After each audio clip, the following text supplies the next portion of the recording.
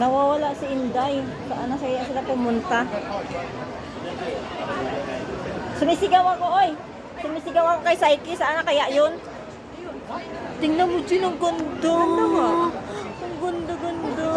Sakto lang yung timing ng oras natin. Oo, kasi kanina ang pangit.